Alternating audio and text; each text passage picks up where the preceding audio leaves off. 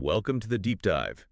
Today we are doing a rapid synthesis of the top 5 global AI stories from Tuesday, December 2nd, 2025.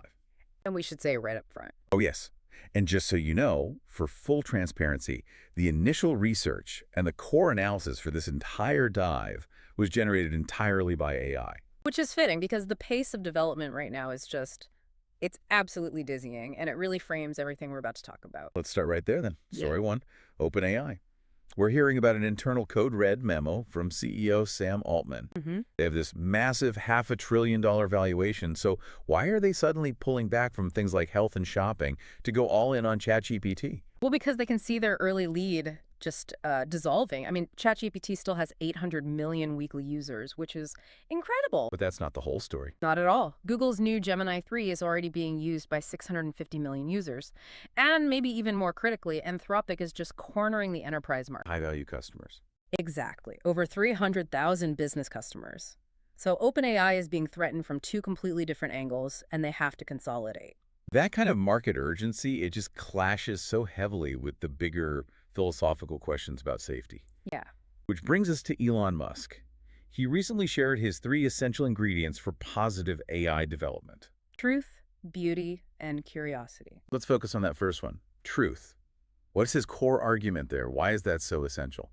His focus is all on the model's foundational integrity. He's basically arguing that an AI must be built to relentlessly pursue what is verifiably real. Because if it doesn't, If it starts absorbing all the lies and misinformation that, is all over its training data, those falsehoods create contradictions with reality. He thinks that conflict could literally cause the AI to, and this is his phrase, go insane. wow. And that could lead to huge systemic failures. That's the fear. Well, grounding AI in reality is tough when deepfakes are everywhere.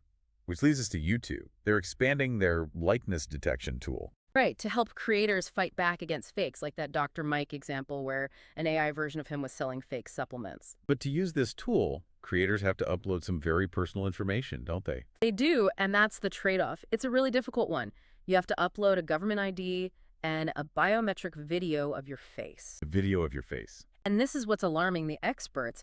They're pointing to Google's broader privacy policy and saying this very sensitive biometric data could potentially be used to train future AI models. So to protect your likeness today, you risk losing control of it forever. You're essentially handing over your most valuable asset. It's a huge risk. That whole tension over control brings us to the hardware, the infrastructure. Yeah. Amazon just threw down a major gauntlet at AWS-Re.Invent. Oh, yeah. Their new Trainium 3 chips. They're going directly after NVIDIA and Google.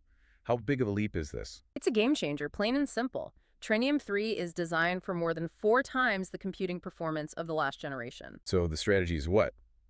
Cut out the expensive middleman. It's to reduce their reliance on those costly NVIDIA GPUs, for sure. But it's also about leveraging their partnerships, especially Anthropic.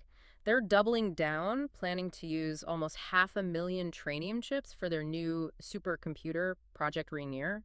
So Amazon is arming one of OpenAI's biggest rivals. To gain infrastructure control, yes. It's a classic power play. And all this acceleration brings us to the final story, the global impact.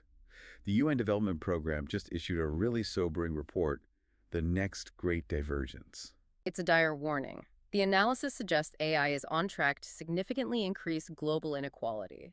It could actually reverse decades of progress between developed and developing nations. And they highlighted specific regions. They did. Places like the Asia-Pacific are incredibly vulnerable. They're saying millions of jobs, especially those held by women and young people, have a high exposure to automation. And without urgent policy changes, It becomes more than just an economic problem. it metastasizes into security and migration crises. That's the UN's fear. So if you just step back and look at these 5 stories together, the market competition, the hardware race, the fight for data, the UN warning, a central conflict becomes pretty clear. It's the huge gap between capability and control. Technology is accelerating at a breakneck pace. You see it with the Amazon chips, the Google models, while the calls for safety and governance, like from Musk or the UN, are getting more urgent, but just can't seem to keep up. And that leads to the question we want to leave you with today. Given this speed, how much longer can the pace of technological development outrun a global agreement on how to ethically manage the profound risks we heard about today? Think on that until our next deep dive.